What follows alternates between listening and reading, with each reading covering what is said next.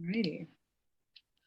So welcome everybody. My name is Felicity Hauwert. I am one of two co-chairs for SASA, which is the Sociology and Anthropology Student Association at Carleton. I'm coming to you from unceded Algonquin and Anishinaabe territory today. It's really important that we acknowledge that, especially with the conversation that we have planned for today regarding around decolonization of our institution. And so from there, I'm just going to let Jayani go ahead and introduce herself. Hello, everyone. I'm Jayani. I'm also one of the two co-chairs for SASA. Really excited to be here and really looking forward to the conversation that we're going to be having today. I'll pass it on to Emilie there.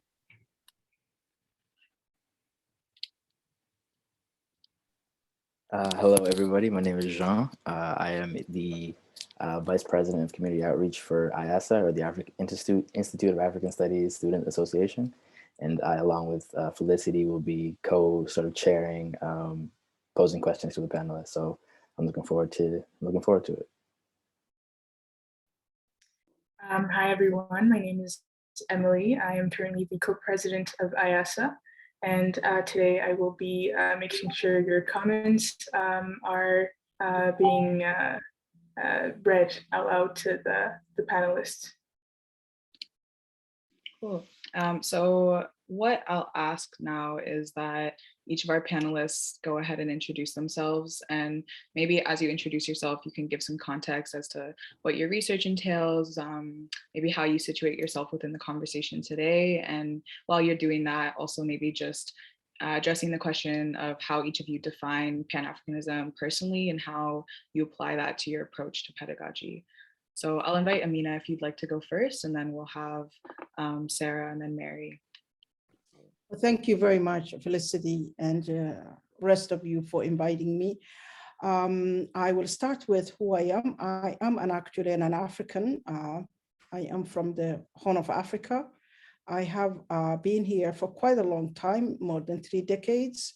My training has actually moved in different disciplines, and sociology was the last which I achieved for a PhD. So I started with chemistry, and then philosophy, and then sociology.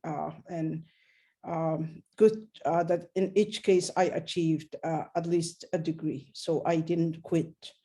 I think I come to this argument and this discussion and this wonderful exploratory session from multiple locations, as a refugee once, as an African woman, as someone who is living in the diaspora, as an anti-racist educator, and as someone who actually, through my pedagogy and lived experiences, have tried to resist and push back from really quite numbing presence of Eurocentrism and all it is multifaceted ways in which it impinges not only in how we teach and what we can teach, but also in our everyday life. And this argument, I think, for me, is a very, very important, and it has multiple levels of engagement.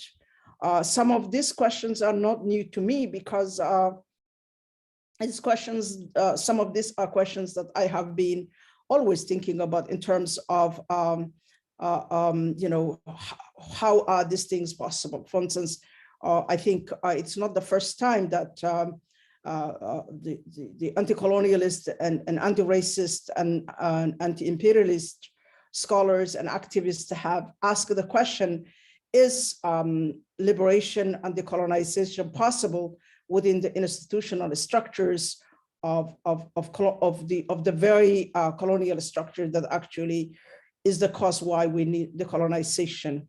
Of course, some will say that it can be done at the margins. You know, there are kind of micro, you know, processes of resistance, but overall that one operates within those kind of institutional structures. So this is one argument. Others will say that there are, you know, not really fixed. The colonial system is not, it's fixed, I think that was probably the argument that Achille Mbembe was making in his report about writing this report for Macron and France, saying, you know, the colonial system is always mutating. That's one argument that people say, okay, well, if it mutates, is it mutates in the right way, or it produces more virulent mutant, you know, of like, we're not talking about, you know, COVID-19, and people are talking about the mutant version is actually more virulent than the original one. So that's another argument we can engage in. I have been here at Carleton for the last 16 years, and I teach courses in anti-racism, and I embed in anti-colonial arguments in my work, in my thinking, in the way I research. But it is never fixed, because it also depends not only the context by which you teach, but also the students that are available to you and what you teach. So again, decolonizing and Pan-African incorporation of decolonizing education itself has to be imagined, and not some sort of nostalgia, recovery of what has been pristine in the past, but in a new and innovative way. So I'm very much interested in listening to the students and participants to see how could decolonizing Pan-Africanism can be imagined in this post-Black Lives Matter, this historical moment for the needs of those who are here. So I'll stop there, yes. Thank you so much. Sarah, if you want to go ahead, yeah. So first of all, thank you for the invitation, and thank you, Professor Amina, for that really good introduction and like transition towards the future, which I also agree with. I want to begin by acknowledging that I live on the traditional territories of the Blackfoot Confederacy, the Tsuut'ina, Stoney, and Nakota Nations, the Métis Region 3, and all the other people who make their homes in the Treaty 7 region of Southern Alberta. I'm actually, I was born in Zimbabwe. I grew up in the United States and moved to Canada a bit later on. So I'm like a first generation immigrant, I guess. And I'm trained in sociology. I got my bachelor's degree in that. And I just recently completed my master's with a specialization in African studies at Carleton as well.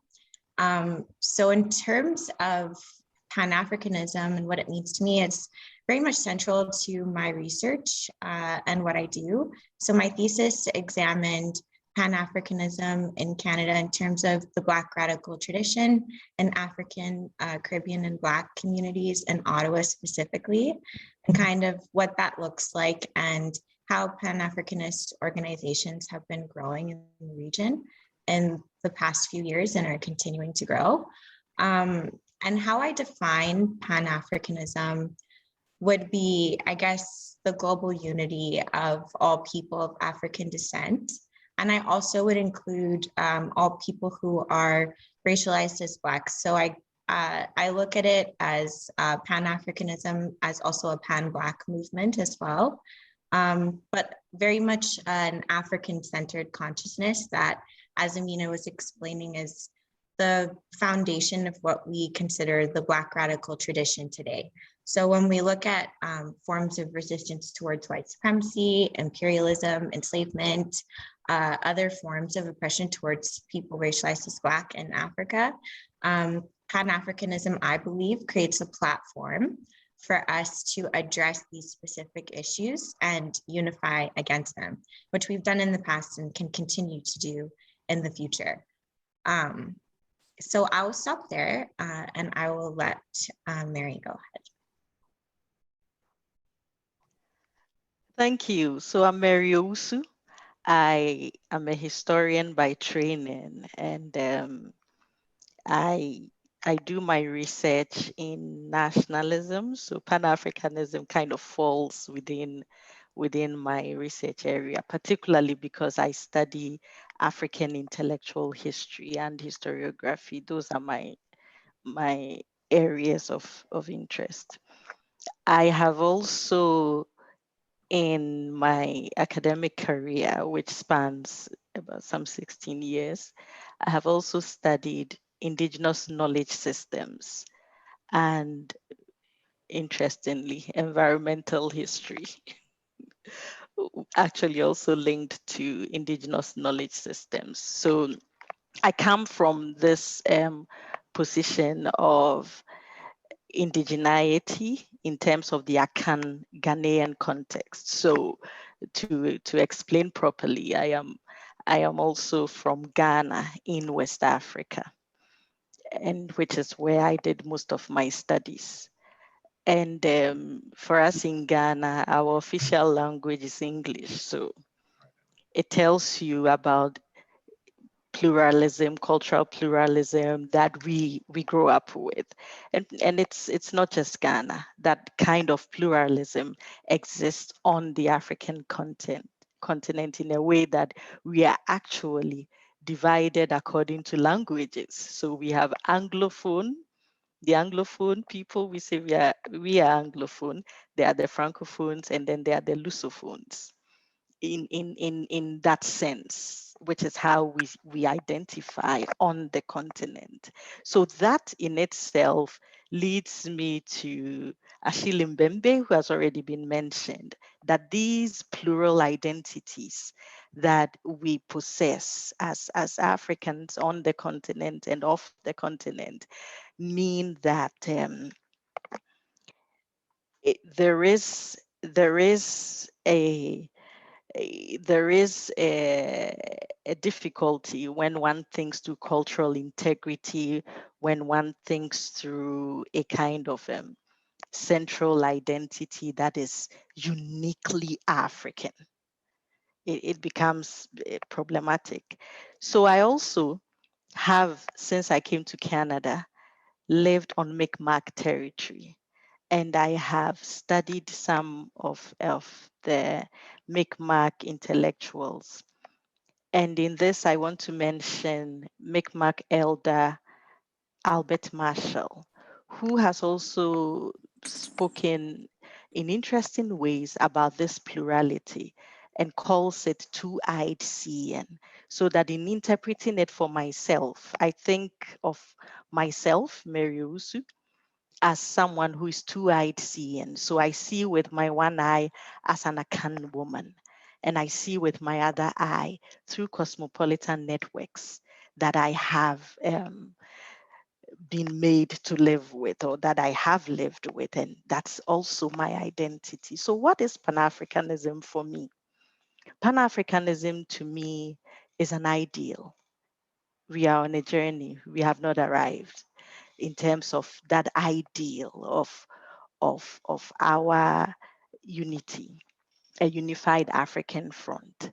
We on and off the continent, for us, it is a journey that is what many of our ancestors have strived for. But it has also been a journey that has proven to raise our consciousness about our, at least outside the continent, in other spaces, when we meet with other ethnicities and other races, that although the ideal situation is humanity, we are human, one human race, but it's not so. And so this consciousness that as Africans, we are all seen with one eye is what has driven the Pan-African movement. But we have not arrived in the Pan-African movement. We are still on a journey. I will end my comments here.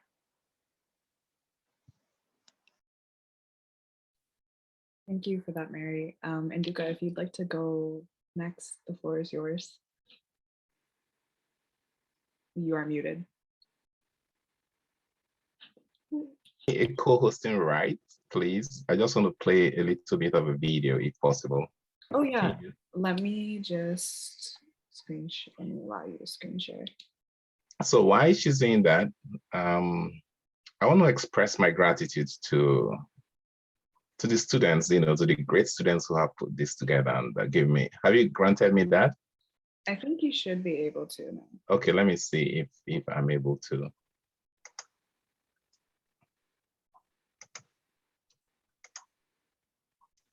Okay, yes. Can you see my screen? Yep.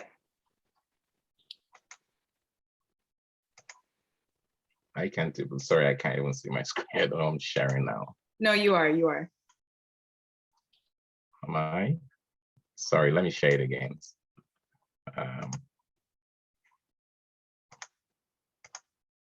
Okay, that's better.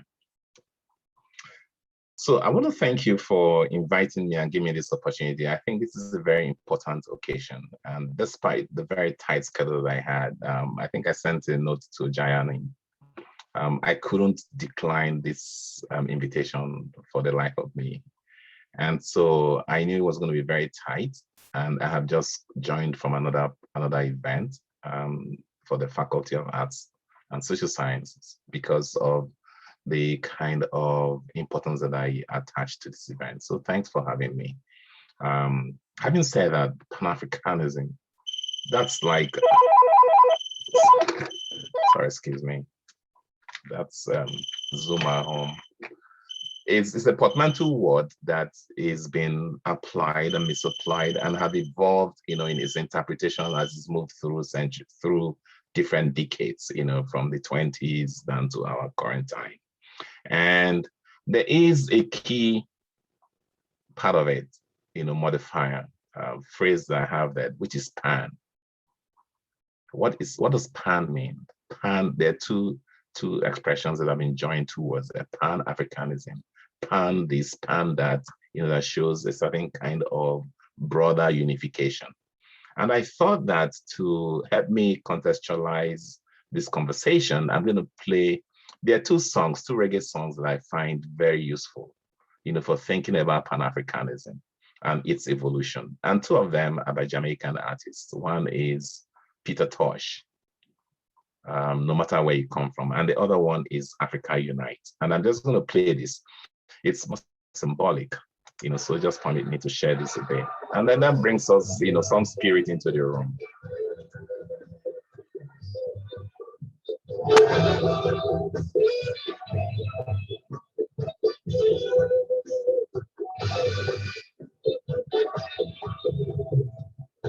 Africa unite, cause we're moving right out of Babylon, and we're moving to our Father's land. How good and a blessing it would be if all God made to see the unification of our Rasta man. As it been said,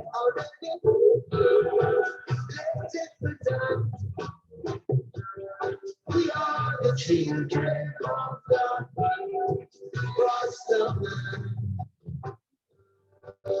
We are the children of the Lion one. So Africa unite. Africa unite.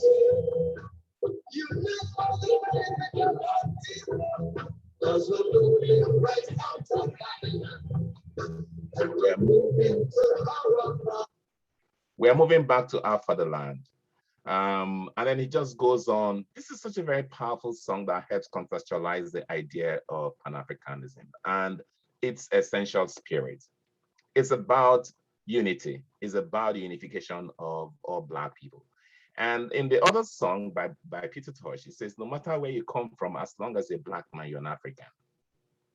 So if we think about the ideas of Marcus Garvey, of W.E.B. Du Bois, and then in the more sense that Africans actually understand that in the continent, of course, we do know how powerful W.E.B. Du Bois has been. In fact, the center has been recently completed in Accra. I don't know how many of you follow the story. A big research center. It used to be a small place, but a couple of guys in the United States got grant and with the government and it's been fully built. And I begin with this because there is this ideology about Pan-Africanism through its evolution that has cut through cultural studies, cut through popular culture, and then globalization. That no matter the ways in which we see Pan-Africanism as a philosophy, as a political concept, and as a resistance ideology, the most important aspect of it is how much peoples of African descent have continued to struggle with the idea of reconnection with the motherland. This I find most powerful about Pan-Africanism as an ideology and as a concept, whether we're thinking about its evolution from the 20s, 1920s. So the contemporary time where I find young people in our classrooms making connection between not just Pan-Africanism, but negritude as a philosophy, and then also of a Black and proud, some of the things that you associate with the Black Panther, and then on now to Afrocentrism, not Afrocentrism. We're not thinking in terms of Afropolitanism or Afrofuturism. These are all ideas about cultural identities of Black people and of Blackness, under the idea to reassert it and to claim it and to be proud of it. And despite the impact of globalization, it is so heartening today to see a lot of young people, to see millennials, Generation Z, who are now resorting more to their dreadlocks, now understanding the politics of hair, that Afro isn't just something that Angela Davis and the rest of them did, but that this is something that allows them to make strong Pan-African statements without necessarily underlining it or underscoring the idea that they're participating in Pan-Africanism.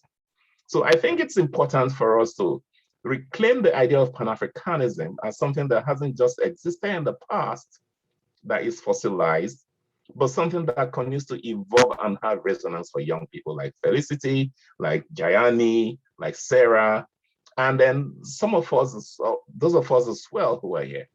Now, I would like to end these preliminary remarks by calling attention to the struggles of African leaders. Because if we talk about Pan-Africanism and we're in the continent, this idea hasn't quite gained the kind of traction that it should. We are facing threats of new colonization by China and some other forces in the continent. And so the challenges or the successes of Pan-Africanism appears to be undermined by some of the new realities confronting Africa and people of African descent, including the new nationalism or the neo-nationalism and neo-colonialism represented by Donald Trump and his allies. But to think in terms of how the African Union, for example, has struggled with that idea, and has it quite achieved the idea of African Union? I think this is at the heart of any discussions we should have about Pan-Africanism, how to uplift it from its origins as an ideological, as a cultural ideology, to one that has strong resonance about the survival of the Black race and of its reclamation of its place in a highly racialized world. Thank you. Thank you for that, Nduka. I'll invite Jean now to take over. Thank you, Felicity, and thank you, panelists, for your introductions. So the reason... I was supposed to introduce myself. That's what happens when you're late.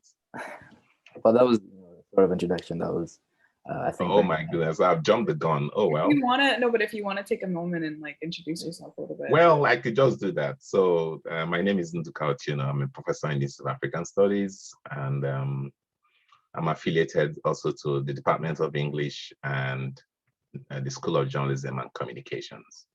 I'm a poet, a short story writer, and in an earlier life, I was a journalist. And what else? I have a new book called Displace.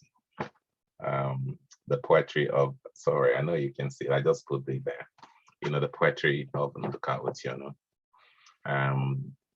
My ancestral home is Nigeria, and so I'm Nigerian Canadian. And then What else? I think everything else will be available online.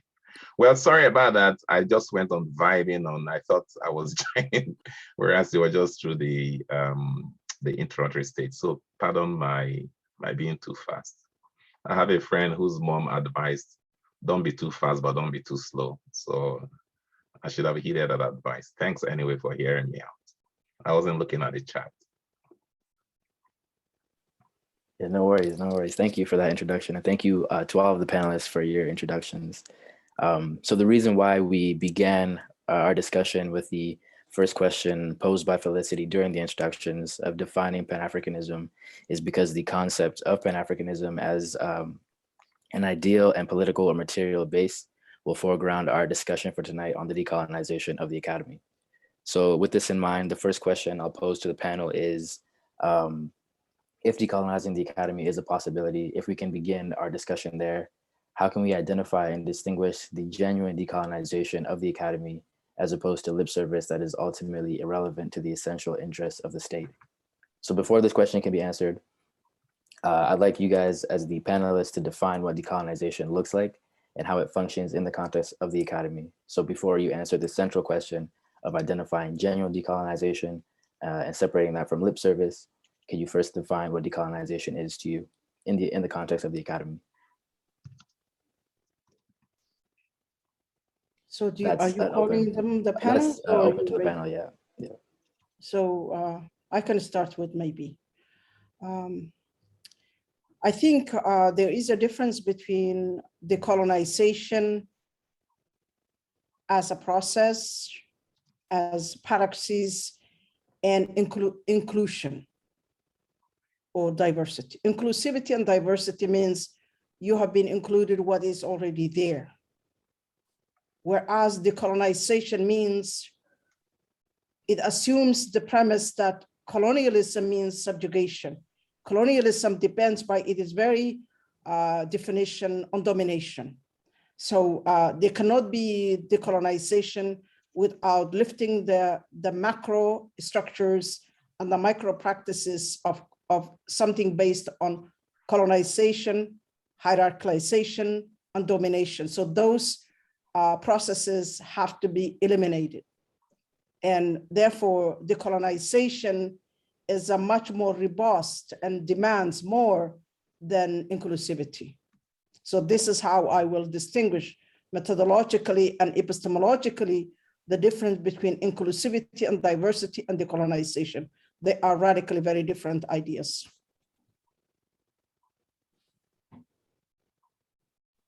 So yeah, I was gonna say we would like for the panelists to sort of answer their question in the order that they introduce themselves.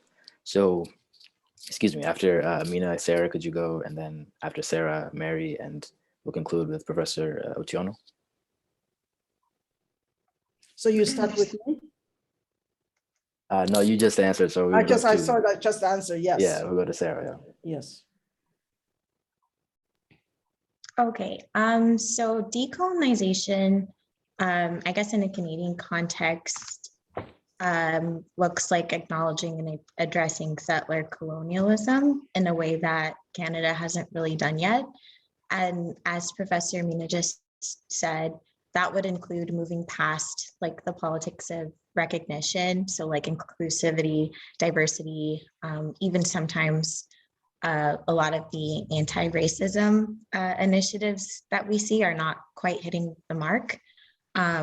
So decolonization really looks like an uprooting of the system in a way that we've never seen before in order to create new possibilities. And uprooting this system includes, of course, you know, Indigenous self-determination. It includes the acknowledgement of Canada's history of anti-Black racism and enslavement. It includes, you know, acknowledging the racist immigration policies that settler colonies are founded on, so on and so forth. Like just being honest about the situation and how it influences all of the institutions and academia specifically.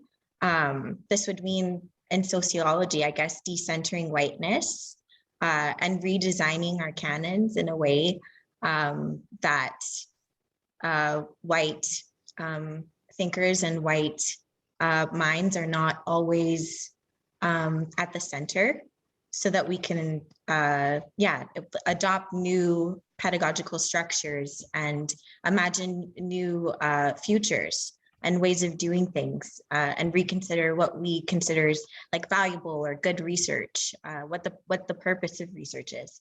Things that you know, I don't think that we really have the space to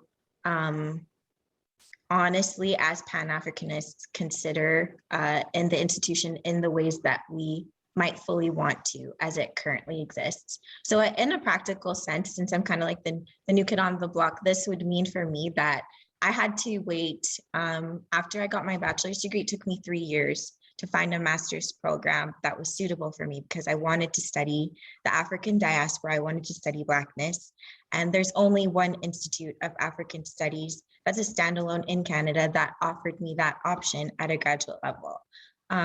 So I guess decolonizing academia means that we wouldn't have to go through all of that. We wouldn't have to fight for Black Canadian studies programs. Like, we wouldn't have to go through our undergraduate degrees only having one or two Black professors and like things of that nature. Yeah, that experience would be readily available, or at least it would be made more accessible to people.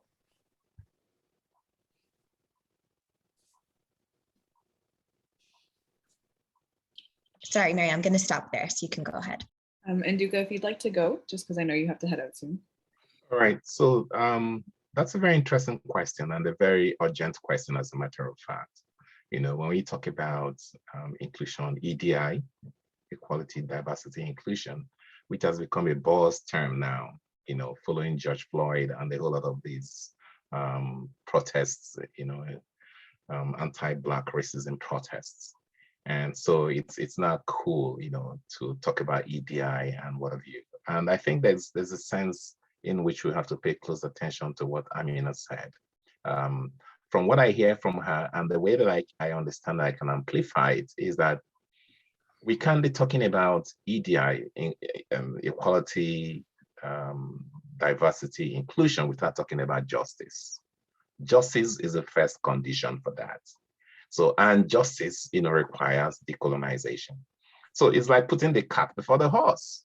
And it looks like a very clever kind of game, you know, because if you're asking for justice, let me break it down to something that is that we're all familiar with.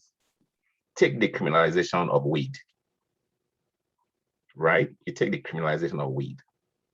As we speak, weed has been, and I mean cannabis, you know, has been legalized in Canada, in some other countries. And so there are people who can freely smoke weed. But there are lots of Black people in the Western Hemisphere who have been criminalized for just an ounce of weed that has now become medicinal. And they are still in jail. 3 million of them. Millions of them. Yes. And parallel to that, you have fentanyl, for which safe sites of administration have been created. The politics, you know, is writ large. Who consumes, which is the demographic, you know, that is most hit by fentanyl, which is the demographic that is hit by the weed. So when we talk about EDI, we talk about equality, diversity, inclusion. We have to underscore it, not underscore it. As a matter of fact, above it, we have to put justice. And I thought that was a hint from what I was hearing from Amina. And if we have to decolonize the academy, then we've got to put all the cards on the table. What does all the cards on the table mean? It means part of what Sarah has said.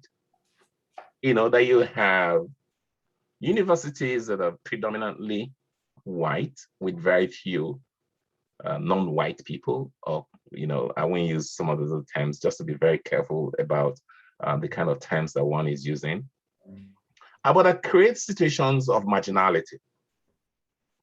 So in order to talk about it, then the first condition would be, how do you redress this imbalance that marginalizes certain demographics, and that we are now witnessing a different kind of tokenism? And it is so important to see that what we are considering advances in EDI seems to me to a very large extent to be shared tokenism, i.e., you want to have a panel, and it's just okay to have one BIPOC person in the panel. It might be a hiring committee, and okay, underrepresented people have been represented. Visible minority is visible. And I say one of the most ingenious terms that have been created is the idea of visible minority, because it puts a spin on what all of us know grammatically is different. Because in real terms, you're talking about invisible minority. But it's a spin on it, the same way blackness, has been associated with evil. The color black, Black Maria, black this, black that. And so it's a visible, yes, metaphorically is right, we're a visible minority.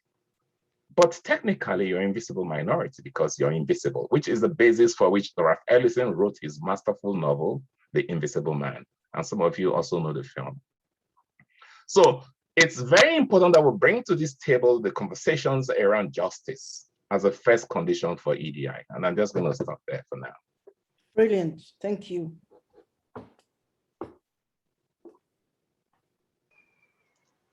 So I'm going to assume that I should go. Yeah. Well, I think of decolonization as a necessity. And I think through that in terms of my Canadian experience as also a very tricky thing to achieve.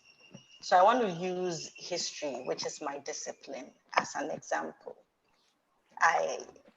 My Canadian experience has been largely in Nova Scotia. And so I'm familiar with Mi'kmaq and also African Nova Scotians. And I've had the opportunity to actually do research on African Nova Scotian history. First of all, from Ghana, I ended up here to do my PhD because, believe it or not, the number one, number two, at least my supervisor would rank 1, 2, or 3 in the world for African intellectual history. And to put it in context, not anything about his scholarship, but my supervisor is a white male who supervised my thesis. So that's the 1, 2, 3 top African intellectual history scholar in the world. So that's part of what it means to think through decolonizing. If you have to go off the continent to get the experts, that's one. The second thing, in the Canadian context, back to my African Nova Scotian experience, is how history is written here in Canada. There is a great reliance on the archives. And Jacques Derrida, with his archive fever, has given us many concepts. Other people have written about using the archives, the politics of the archives, what gets put in the archives. So I had the opportunity to research African Nova Scotian history, as I said. A very, very common and popular African Nova Scotian experience, which is the tearing down of Africville. So today there is the Africville Museum. Many people go there to visit and get familiar with the story. But the gentrification that occurred in Halifax in the 1960s touched African Nova Scotians of Africville in a very unique way. Now, what is amazing for me now is that, would you believe that at the center of this story is that the church, which meant a lot to that community, was bulldozed. But there is no one answer about on what date was this church bulldozed? And this is minor, but it is still important about what gets kept in the archives, the records that we find. Another amazing thing researching African Nova Scotians was that I went into the Nova Scotia archives, wanted information they had about African Nova Scotians, and they told me there was a box that had Africville information, someone stole it. Number 3 is that there is indeed some information about African Nova Scotian history, but it has been locked for, there's a kind of moratorium on it. You cannot access it. And there's a way around it, a very complex way around accessing that information. Unfortunately, I wasn't really researching the African Nova Scotians for my PhD. It was not, and I'm hoping that one day someone else will take that job up, or I will. But then the other side of it was, okay, so who were these people who lived in Africville? Looking for them. If you're looking for white Nova Scotians, it's very simple. Birth, death records, marriage records, they're there. Census records. Very simple, straightforward. And so back to historical methodology, there's this reliance on the archives, particularly in the Western context. And there is this thing about oral traditions, oral methodology, that kind of information that is very common to indigenous peoples everywhere, which is also often discredited in the academy. And so many people will tell you, oh yes, historians, I mean, oral methodology is a way to find history, but it is very problematic. You cannot find the date, they cannot be exact. They'll tell you the 1,000,001 reasons why oral methodology is not authentically right. There's something missing. But, oh, written records? Yes, it is true. You can, the degree to which oral methodology is held under scrutiny is very, very different from how written methodology, which is considered the way you get, the dominant people's history, is seen as very real, very, very easy, very straightforward. So back to my African Nova Scotian history experience. Birth records? No, if you really go, it is in the 1960s that you find African Nova Scotians saying, oh, I was born on 25th February 19, whatever. Why? Because in 1960s, pension, people needed to go looking for the pension. And then the next one is that birth records are not there because they were not important to their system. Death records are few because of that. Their marriage records are even rarer still. And all of these things that give you a sense of these people who came to, in the 1800s, who came to Nova Scotia around the same time as the dominant, group over there, are just made to disappear. And so that is my take on decolonization, decolonizing the academy, how we do what we do. Thank you. Thank you so much to each of our panelists for addressing Jean's question. So to set the context for our next question, I just want to start off with a little preamble. So if we're coming from the perspective, like the Fanonian perspective, we know that decolonization is defined by the obliteration of everything associated with colonialism in the post-colony. So the academy during the height of the colonial era was responsible for manipulating fields of study for the purpose of legitimizing imperialism, right? So phrenology and colonial anthropology are examples of the seemingly objective which is entirely subjective nature of the academy directly contributing to colonialism.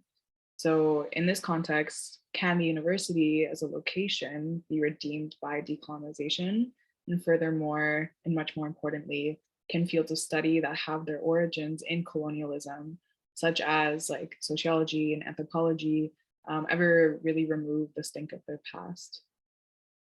And I'll invite Amina if you'd like to go first. Thank you very much. I absolutely would say that many of the questions that you're asking have already been, kind of addressed, this and that.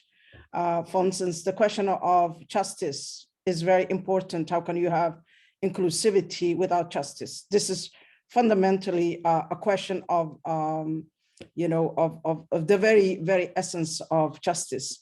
And also the question of knowledge production and historical knowledge.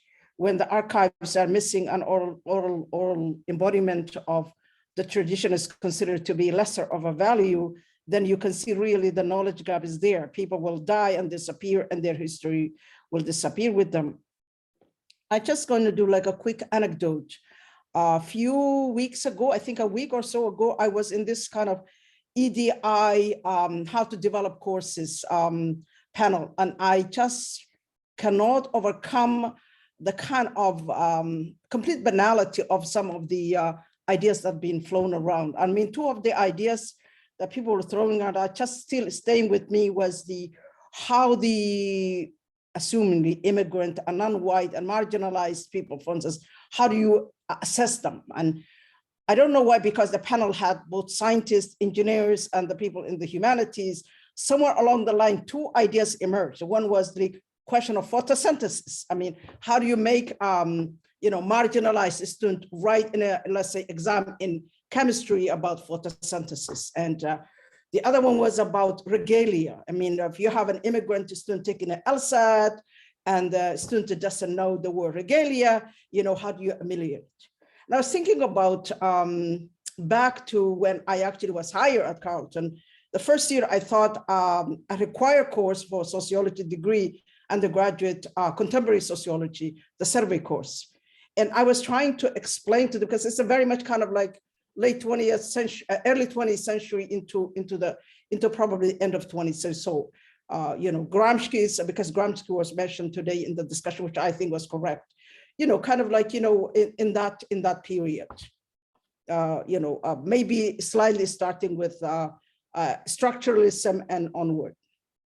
And I was trying to mention, for instance, when academia and kind of the Western mode of knowledge production was not kind of professionalized. So one common term that used to be used, like the time of, let's say, John Stuart Mill, whatever, it was the word called man of letters. So I mentioned, the age of man of letters. It was a class of largely white students, and not one of them knew the meaning of the word man of letters. And I told them in this discussion, well, here we're talking about Western theory, contemporary theory, and here we have a class full of white kids being raised in Canada, in Ottawa, and not one of them know the meaning of this word. I said, I don't consider this being question about their intellect or anything like that. I consider this to be a gap in the kind of the literature that they have read.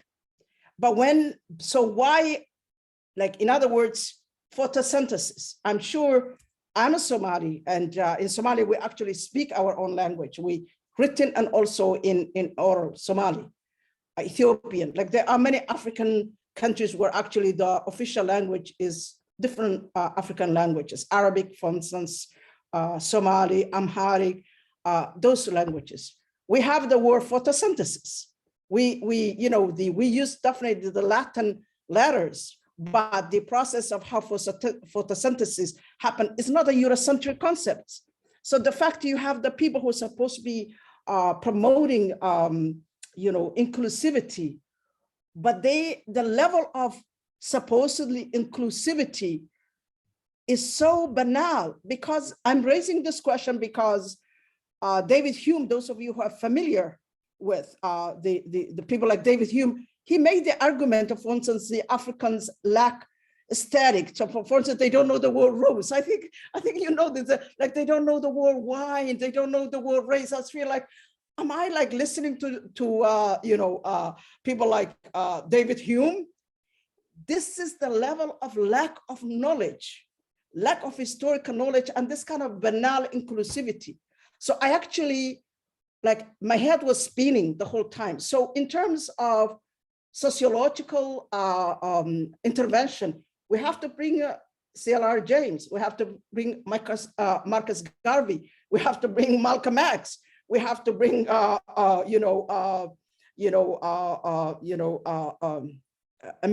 we have to bring people like, Walter Rodney. We have to bring Samir Amin. We have to actually say, these are sociological theories.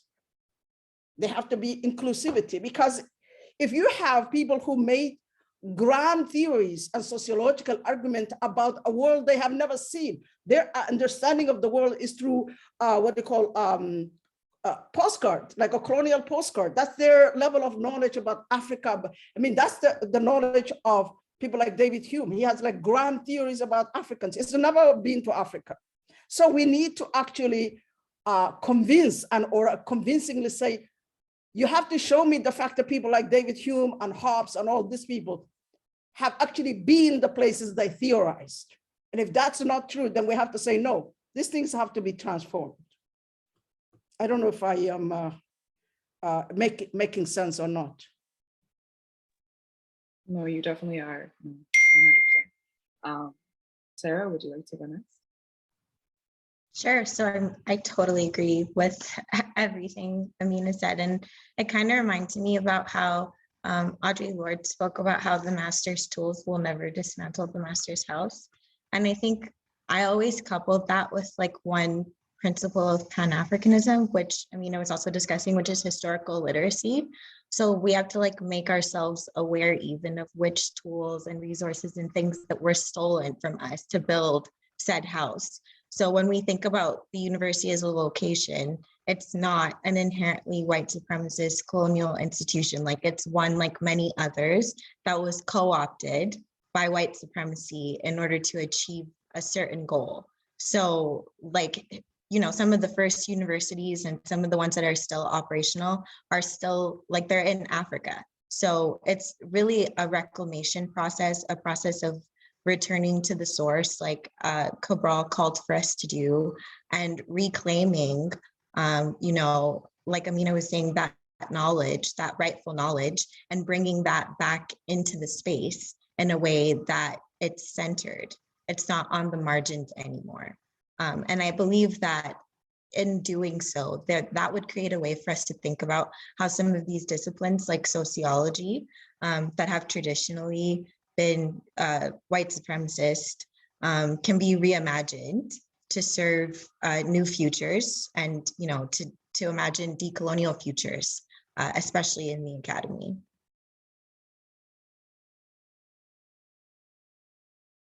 Mary, if you'd like to go next, and then we'll follow by Nduka.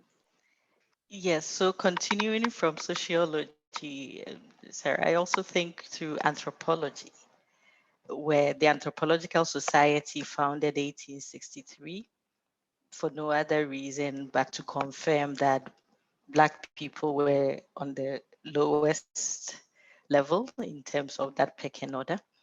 So it is still a discipline that has, of course, transformed itself from its roots. But there are certain things, as a historian of Africa, when I think to anthropology and sociology, for example, these two disciplines deploy a certain word like tribe. For us in Ghana, we have from the 1960s always said that if you're studying Ghana, when I say us, I mean historians in Ghana, we've always said that if you're studying Africa, writing about Ghanaians, do not use the word tribe. Of course, some Ghanaians deploy that word, particularly those who study sociology and things like that. And the word native in Ghanaian history, for example, the historians of Ghana from the 60s said, you can't use the word native, you can't use the word tribe, and for good reason, that the history that comes with these words served a certain purpose. So some of these things that occur in the academy, like anthropology, changed itself, transformed itself. It's not the same as when it started. But it's still, what do anthropologists study? Now they are expanding, but many of them in the past would come to Africa and want to study a primitive society. Because in many people's thinking, that's where primitivity exists. It's pristine. I'm going to study this pristine, primitive place. And then, like Chimamanda Adichie also talks about, there is in this conversation a way that if you're African, of the middle class or elsewhere, your authenticity is questioned. That you are not really. Are you really African? Do you do these things, and does that make you African? And so there's a very complex conversation that one has with the world, has with the academy. But the other, I think that all is not lost. So all these things we are saying, I think all is not lost. I believe that there is a lot to be done in terms of making the academy responsive to minorities, as Professor Nduka mentioned, using that word advisedly, visible minorities, making it responsive by making us have more academics teaching who look like the students, and also by not always assuming. I have been in circles where people have said, professors have said, without thinking through who's here, oh, the foreign students, they are the ones who do this negative thing or that negative thing. They are the ones who do this and do that. And sometimes it's a little bit of a lot of, in fact, not a little bit, a lot of work to just zip it and let people live with their own thinkings. But there's also so much in terms of difference, how someone is taught elsewhere, how someone is taught elsewhere, how that translates into the way they respond when they come to the university. I had the opportunity to teach at for this transition year program, students who were admitted to the university without high school certification. And my interactions with these students led me to understand that the unrepresented pedagogies, that and these things they were taught that had nothing to do with them. Even for, I go back to what I found amazing when I came to Canada in my Nova Scotia experience was that in my history book in Ghana, Nova Scotia is mentioned. In fact, the word Canada never existed in any of my studies, but Nova Scotia came up. And Nova Scotia came up because of Black Nova Scotians who returned to Africa and built the country of Sierra Leone. And one of the major reasons apart from the scholarship of the person I studied with, was Blacks in Nova Scotia. And what was amazing for me was that I never saw one Black professor until a year after I enrolled. And then I was always the only Black person in every departmental and faculty program for a very long time. And that made me, for the first time in my life, very conscious. If I came in, who's looking at me? Okay, are they looking at me? Okay. should I smile? That was my first time being so conscious of being the only person. And I, of course, as time went on, I discovered other people who looked like me.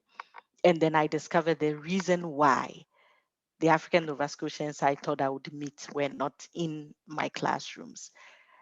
So decolonization for me is something that should occur at the university, in the academy, but also how high school teachers, because that is the level, right, that will push you to university, how high school teachers are trained, how um, primary school teachers, elementary school teachers are also trained in a way that it is representative of the people who will then rise and come into the university. Otherwise, it will always be how it is, that the minorities are just not there because they fell alongside the road. Thank you.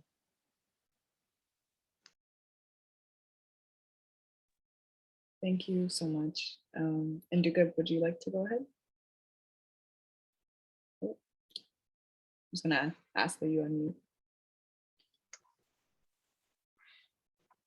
So talking about decolonizing the academy, I think it's a very important conversation, and that puts out a link, from what happened, one of the most dramatic things in any university in recent years concerning decolonization, and it's what has happened at Cornell University.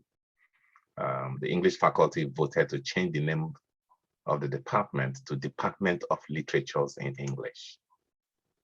That sounds like a token, like it's just a mere gesture. But if you follow that debate, championed by Mukoma Ngugi, Carol Boyce Davis, and some of these other colleagues of ours, you understand that it's beyond symbolism, because names matter a lot, naming. Part of the way that colonialism has worked is actually by naming. You use names to determine, and then before long, one of the strongest effects of colonization has been mental slavery, how things are portrayed. And one of the ways this has been addressed in one specific academy is to say that what we have as a Department of English is a survival of the colonial project, because it privileges one specific language over and above others. That as a matter of fact, many of us know there are that lots of aspects of African literature predate Western literature. And Sarah had mentioned, we don't want to talk about those old libraries in Timbuktu and what have we. But by naming, the power, the imperial language has its own way of dominating us, of coloring even our psychology. And so decolonizing the academy should also include things that appear as mere token, as renaming institutions. And we have seen this with Rhodes Must Fall and so many other movements around the world by these very energetic young people who have now keyed into a momentum to redefine their own generation in terms of challenging existing canons. Whose canon are you studying in the university? What books? Who determines what books? Who determines the syllabus? These are all questions of power, to borrow that very fine title by Bessie Head. It's a question of power. The colonial enterprise, the academy itself, and ways in which. So Carleton is following suit with, I think some of you know, the renaming of some buildings in Carleton. And these appear as gestures, but they have to be fully addressed. All of the statues that are being brought down are part of that decolonial project, decolonization. And so to decolonize knowledge, we also have not only change names and then buildings. I can see Kennedy and Kenneth there.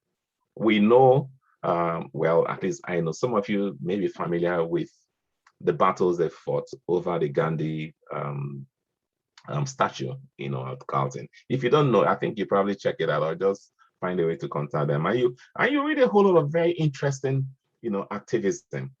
And so this is also what I place the value in the kind of work you are doing, SSA and IASSA. And this is one of my finest moments at Carleton, to see two different associations get together, student associations, to have this. Some of you know that I've been clamoring for things like this because you need to connect the dots. There is more power in unity. The Pan-Africans let's talk about that Pan-Africanism amongst the student organizations, especially ones like you, who understand that there's power in working together. I would like to see how this goes further, and I'm going to say kudos to you guys for facilitating this. And for you to find ways for sustainability, we just have to decolonize the academy, not just in terms of the content of what we teach, in terms of the people who teach us. You have seen the battle fought in journalism. So there are some of these small battles being fought, the collectives, by people who understand that it's all a question of power, and representation is power, naming is power.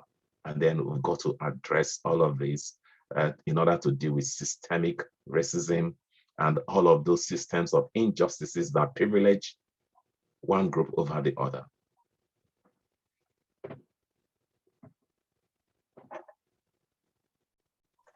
Thank you, panelists, for your responses to that question.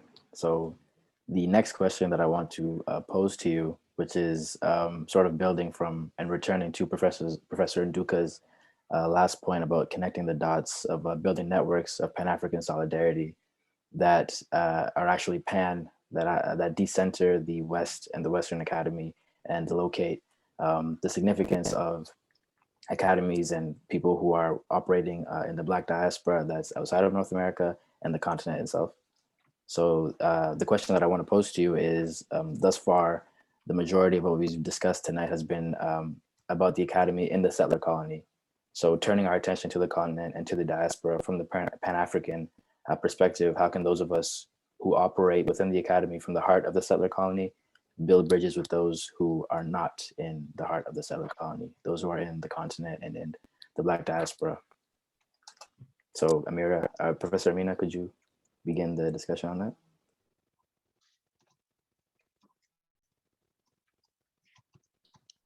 You're muted. I didn't want to disrupt.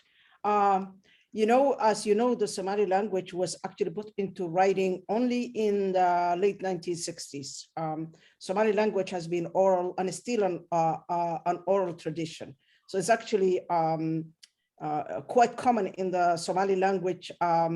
Much of the ethics and the important things are written in metaphors. And actually you will find when you meet most of the Somalis, they speak in a kind of vague term. Like if you meet a Somali, say, I'll meet you tomorrow. Well, what time tomorrow? Morning or afternoon, or, so we have, we have, that's, you're laughing, I know that. Yes, you have to like literally force them and say, well, you know what, this is not Somalia, it's here. But, but this is the kind of the Somali way, because for centuries and centuries, the words were conveyed, ideas were conveyed through poetry and through sarbet, which like metaphors or allegories. So I will make one of those kind of allegories and say that what's really very important now at the time is it says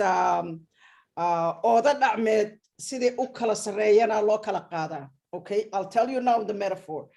In these the nomads, when they move and then you have your herd, you cut kind of like you create a place where you put the cattle. So so then na'an means like the kind of like a branch of a tree that you put in front of it. So like if you want to take out and open it so you can let go whether it's a cows or camels, don't take the one in the bottom, take the one on the top first, and then the other one, and then the door will open. So what the reason I'm really getting at is, let us get our acts together and empower ourselves at the diaspora first. Let's first become stronger. And once we become stronger and solid, we will do not more for the continent, but we will actually be forced to do more for the continents. So for now, let's consolidate our energy.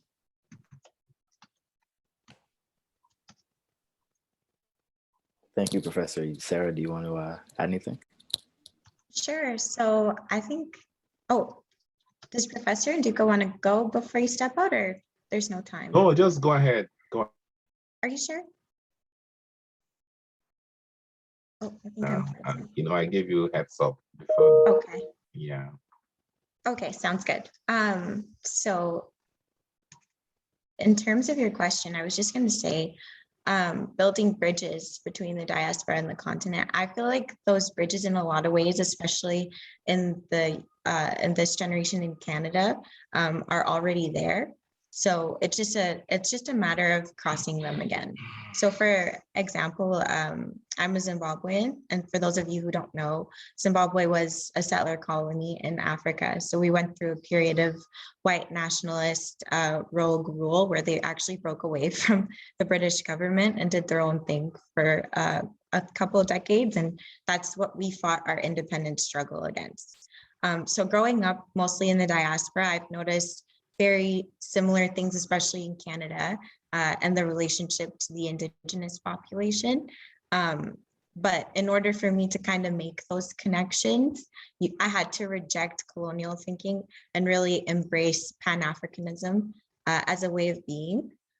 So I believe that those of us who are allowed entry into this higher learning, or whatever you want to call it, it's really intended to train us for some of the highest ranks of white supremacy a lot of the time in politics or whatever at different levels of education. But if we stay rooted in principles of Pan-Africanism, we can use that training against the system and use it to fight for Black liberation in any way that we can. And we saw this in history. I think it's just a matter of us in this generation figuring out what that looks like for us and how best we can do it.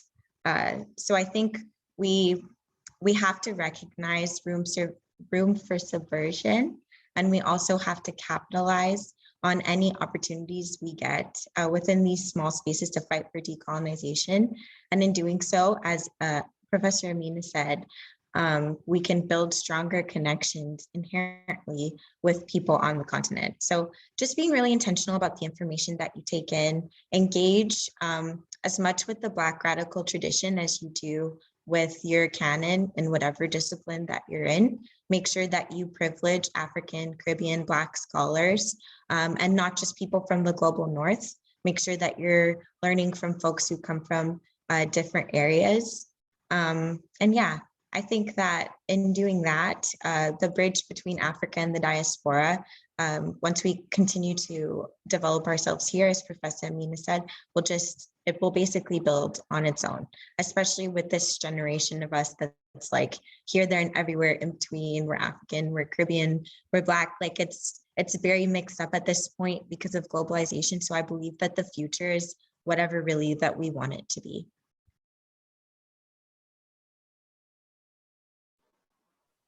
Thank you for that. Thank you. So Mary? Okay. Thank you. So when I think of building bridges, then I again want to identify with a lot of what's happening in Nova Scotia, where there's been, for the past 4 years, there's been this kind of Gaviite movement, a back to Africa thing, where funds are sought for by elder African Nova Scotians. Some of them, professors at Dalhousie, put together a team where they find some funding and go to Ghana with some African Nova Scotian youth, so that they give them that experience of being in a place where you're in the majority and look at how that helps them. Another thing I'll say from the perspective of the international office is that I worked there a little, and I know, and one of the things was that many students do not take advantage of the funding that's there. There's usually some funding if you're a student and you want to go on outbound mobility programs. So we find that many of the students who take the advantage of this opportunity are usually white females, and that's in that order. So if you're a student, you've done your first year, you're doing your second year, please visit the international office. Since last year, in fact, this year, many of the universities in Canada have been given millions of money to fund your travels as a student, undergraduate student. So they have a lot of funding available because it's a priority area for the government of Canada to get my Indigenous and other people to travel outside of Canada to have that international experience. So that's for me how you can build the bridges. Just travel the world, get out, get to know what's happening there, because it's not only what you read in the book, it's also your interactions with people outside your comfort zone. Thank you. Thank you to each of our panelists for addressing our last question. So we're actually making pretty good time. That was our last prepared question. So at this point, we'd invite anybody who's watching in the audience to post your questions in the chat, and then Jayani will go ahead and read them out. And if we don't have any questions, then we'll just invite the panelists to kind of speak on whatever else you'd like to speak on at this point. It's been a really good discussion. Oh, Jayani, do you want to read that out? Yeah, so question from Kennedy. How do you change things institutionally without confronting departments and those with transformative power? And the second part is, do you create outside of them? How is that possible when research coming from the global north is still what is considered serious study?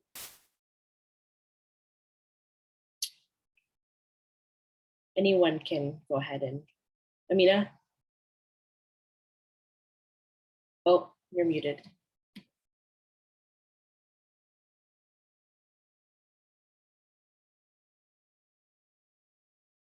Amina, you're just muted at this time. See again, I because I have this habit of muting if I'm not talking. So I think this is fundamentally a very important question, and it has two parts.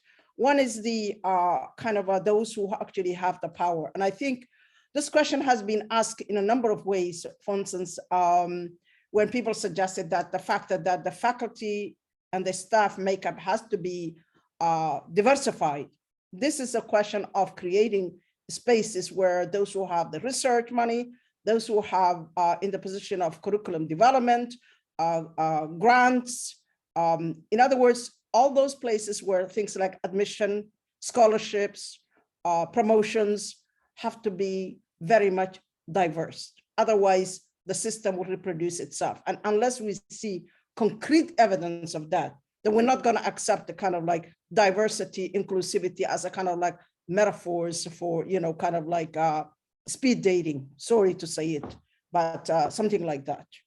The second question I think that Kenneth has asked, and this is fundamentally very important, is that how do you develop, if I'm correct, something contrary to the power of the global north? Before I came here, I was in a kind of a long-winded fight over Facebook, because I was commenting on a new ad that came from the poli-sci. And what to say, they're looking for a tenure-track position for someone who is specialized on the global south, especially in Africa. And can you imagine writing such an ad in the 21st century? Someone who is specialized in the global north and preferably maybe specialized in Europe. I mean, that something like that will not be written, because that's such an ad, such a language would not be considered as acceptable, because you don't study Europe in that kind of sleight of hand ways.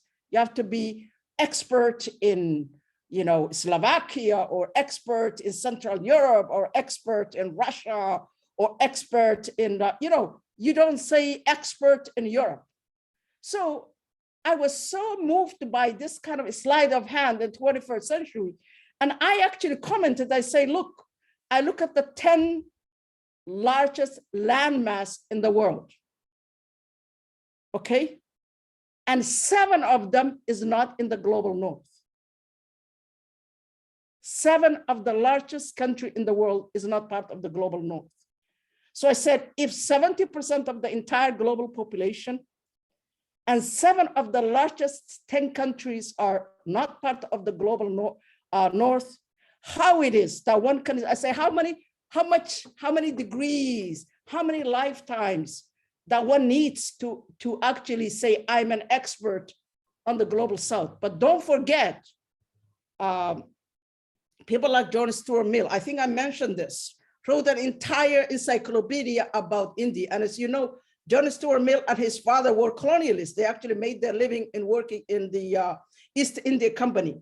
He wrote an entire volume, 12 volume about India, except that neither him nor his father has ever been to India. So it's that kind of literally saying things like expert in the global south. This is the level of supremacy of the global north in terms of epistemology. And I made this little intervention, it's a poli-sci ad. And because I make this speech about on Facebook, I'm hoping they will write the ad and maybe say, maybe the person is specialized in, let's say, at least West Africa. You see what I mean? So I gave it to them. I gave it to them because I'm a tenured professor. I wonder if I could have done it if my position was not so good. So sometimes, if many of us are here and we get, job security, maybe we can tell them, no, this is not 1920s. This is 21st century. You need to rewrite your ad. So this is just affirms what Kenneth is saying. There is still this kind of like unconscious thinking that you can speak about the global north, south in a ways that you will never be able to speak about the global north.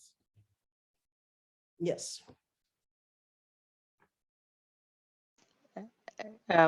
Just piggyback on that, Sarah, I'm sorry I cut in, but I remember my first time experiencing this Africa is one country. My first Africa is one country experience was actually in the US. I was a Fulbright scholar, and I was asked to teach a history of Africa.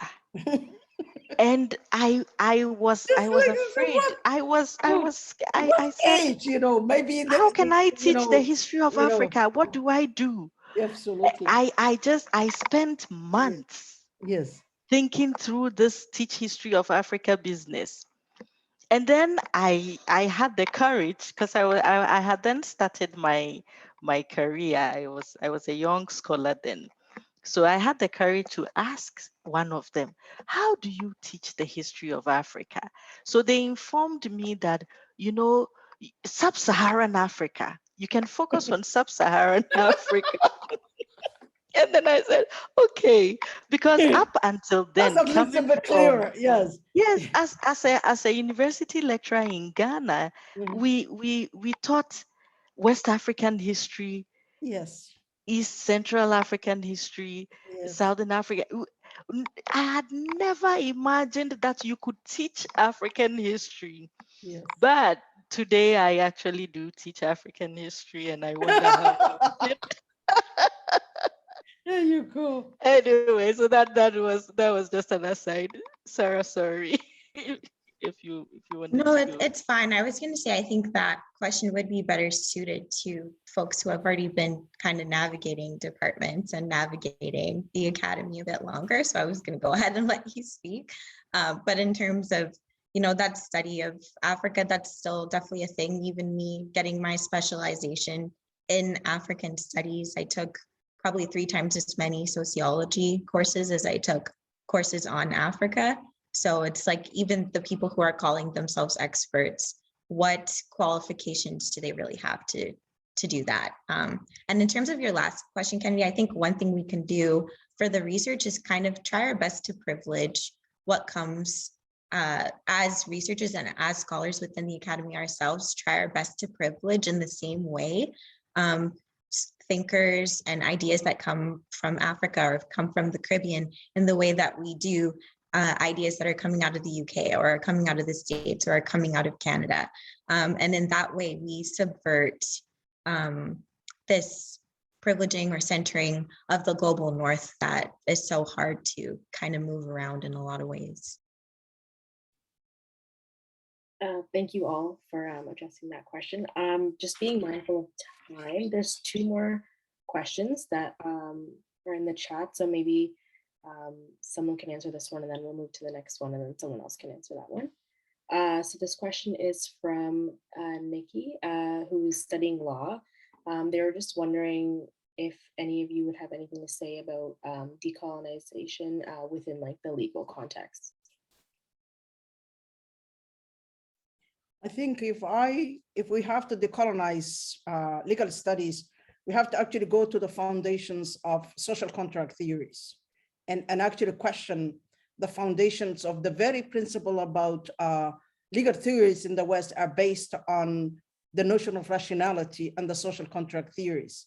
So the fundamental basis of legal system here, I'm talking about positivist law, prescriptive law.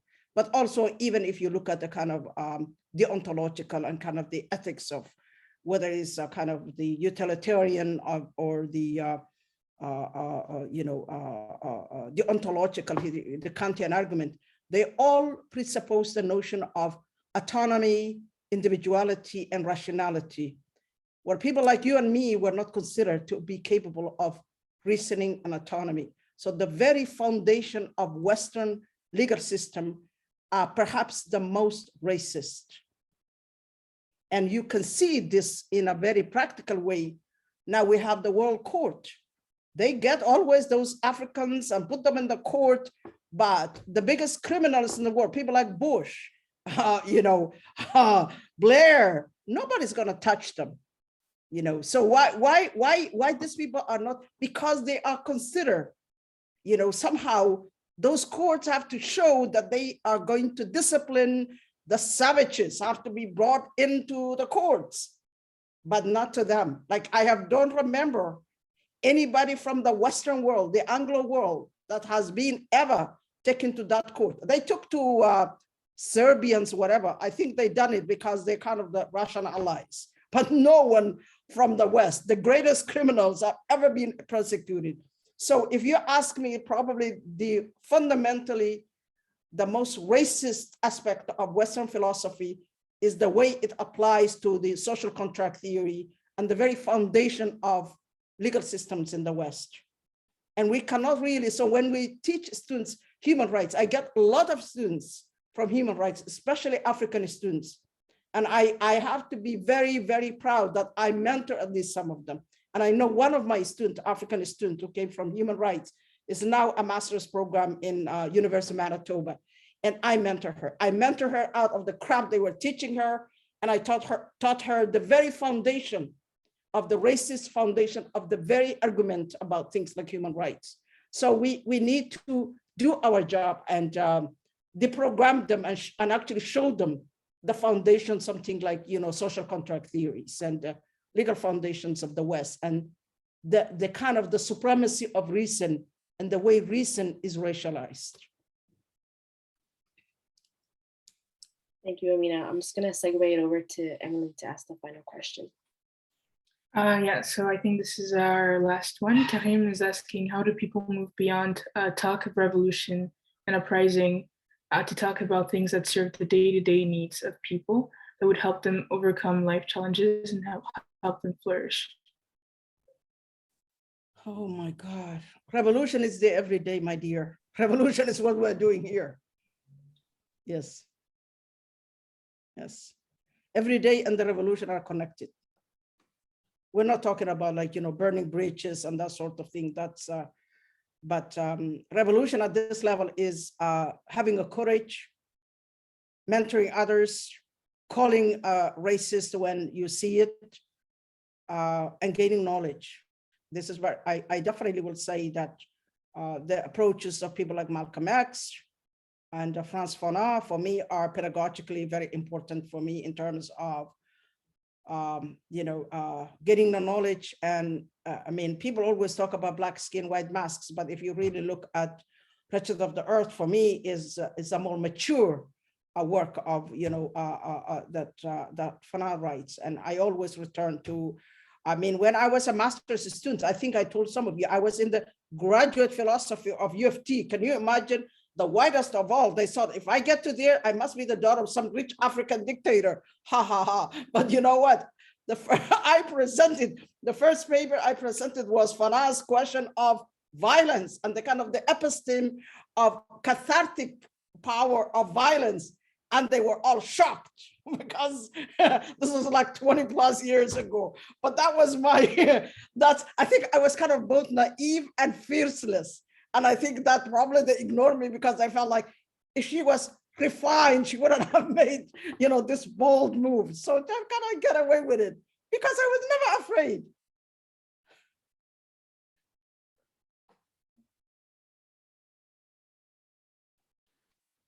Is there anyone else who'd like to touch on this point? I think, yeah, if there's more students like Amina in their master's and undergrad, then we'll be in a good position.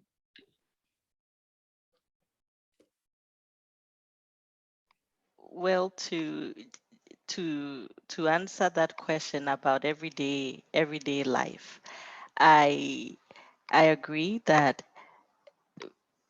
the revolution, talking about, because your well-being, when you think through that, your everyday life actually thrives on your well-being. And so if you think through all of these revolutionary concepts, there are really ways to help us go through these everyday conscious and unconscious biases and all of these everyday things that eat into you.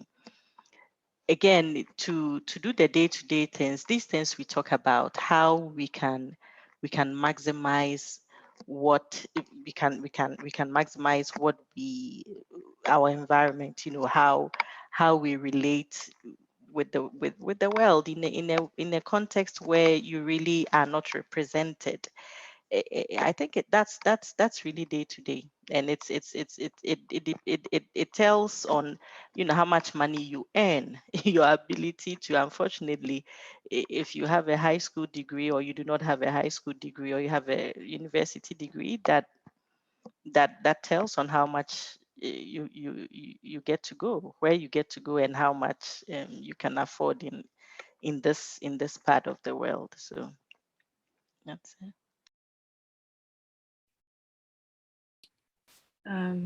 Oh, Haley, I saw that you had your hand raised. I'm not sure if there's something that you wanted to add quickly before we wrap up.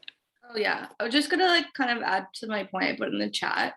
I did my undergrad at UNB, and they do not have an African Studies department. They might have offered like a total amount of 4 classes on Black history.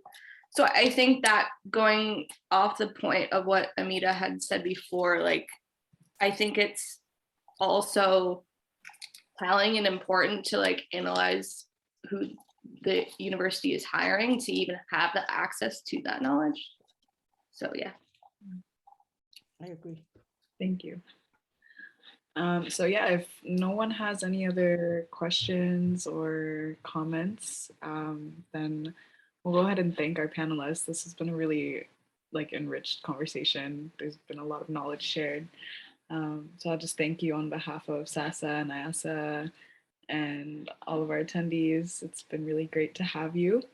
And for folks that are attending, we're definitely planning on having more collaborative discussions like this in the future, hopefully some film screenings in the future. So keep up to date with us, and hopefully we see you around later.